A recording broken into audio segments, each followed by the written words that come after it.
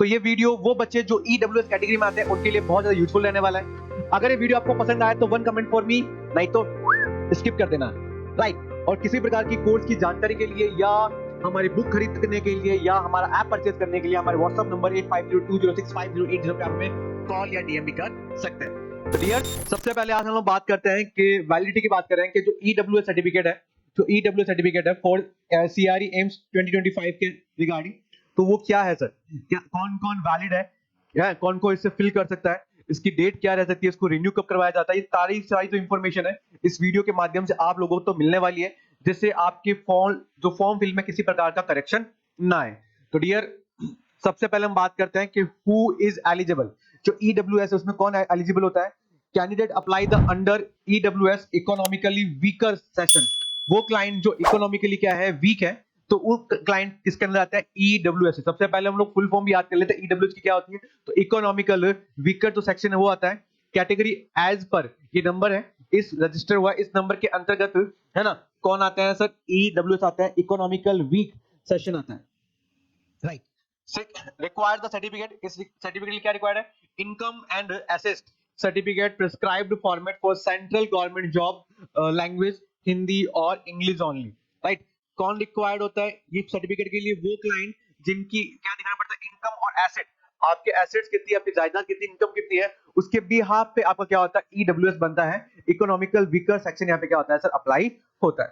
Next, validity की बात करते हैं कि इसका तो वैलिडिटी पीरियड होता है, इसका जो टाइम होता है वो बड़ा इंपॉर्टेंट होता है ना, क्योंकि यहाँ पर अगर वैलिडिटी चली जाती है तो आपके फॉर्म में किसी प्रकार का फॉल्स आ जाएगा, जिससे आपका फॉर्म रिजेक्ट हो सकता है। तो रिजेक्ट ना हो इसीलिए must be based on income of financial year 2024-25, है ना। हर साल का जो फाइनेंशियल इनकम होती है उस इनकम के बिहाफ पे आपका क्या बनता है सर? EWS बनता है। क्या बनता है? EWS बनता है। Must be issue by the 1 April 2025 to 31 जुलाई 25 valid for the financial year 2025, right.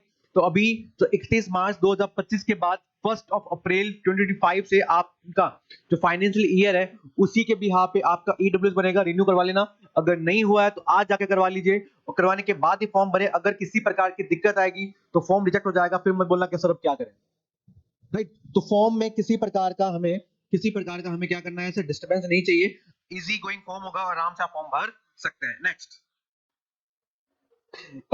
Issues authority की बात करते हैं।